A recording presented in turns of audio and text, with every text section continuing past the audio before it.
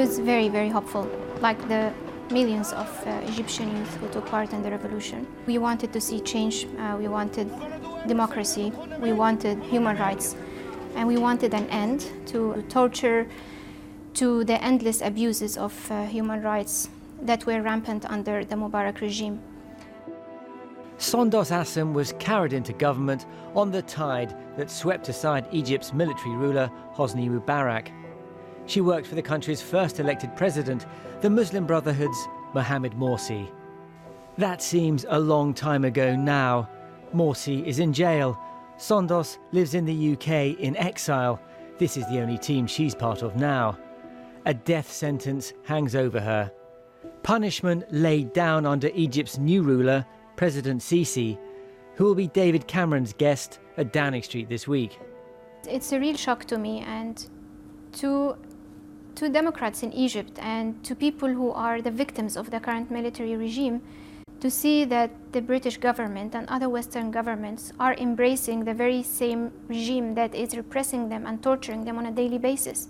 So you can only imagine the feeling of desperation and frustration which people who are now inside prison, undergoing all these forms of torture, would feel when they see that this man or this regime that is the cause of their suffering is actually embraced by so-called Western democratic countries. This was 3 years ago. The youngest member of Morsi's government, Sondos Assem, acted as a press officer for the foreign media. Well, let's first say that we are very happy. A year later, Egypt's flirtation with democracy ended abruptly. The military was in charge again. And those who had supported the previous regime found themselves hunted down and jailed.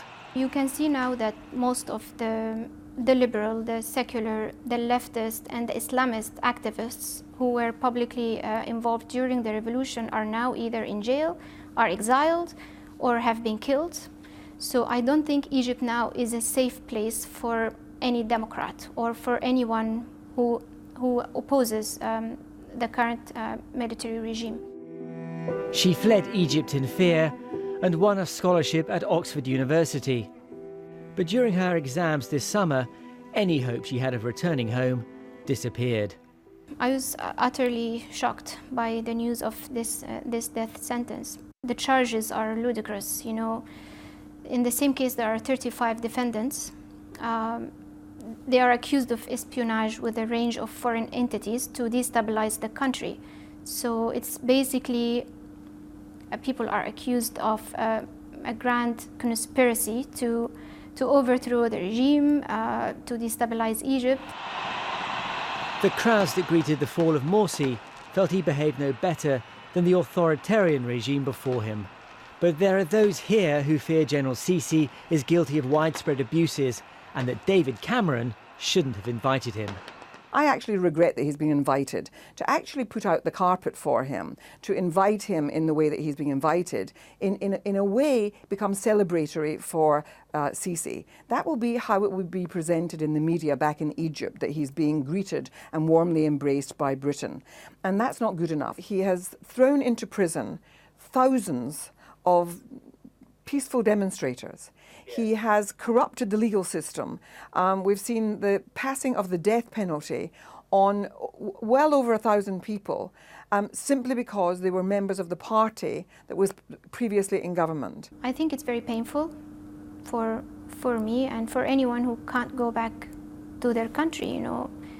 I was born and raised in Egypt. It's my country which I cherish. And it is a real shock to me to be accused of such serious charges and to be handed down a death penalty by the judiciary, by the Egyptian judiciary, and to be demonized in Egyptian media. President Morsi was tried and now faces death. Sondos Assem knows a similar fate awaits her in Sisi's Egypt.